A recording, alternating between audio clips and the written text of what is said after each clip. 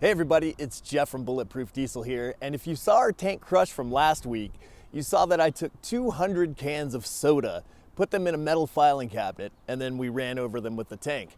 Now that was all fine and good, but when Ken came back the next week, he said I had to do a better job of cleaning up all the yucky, sticky, spilled soda all over the parking lot. So I put on my thinking cap, and I think I came up with a good idea. See if you agree. Here we go. The first step was to fill this 55-gallon drum up with water. Then I got it positioned in front of the tank.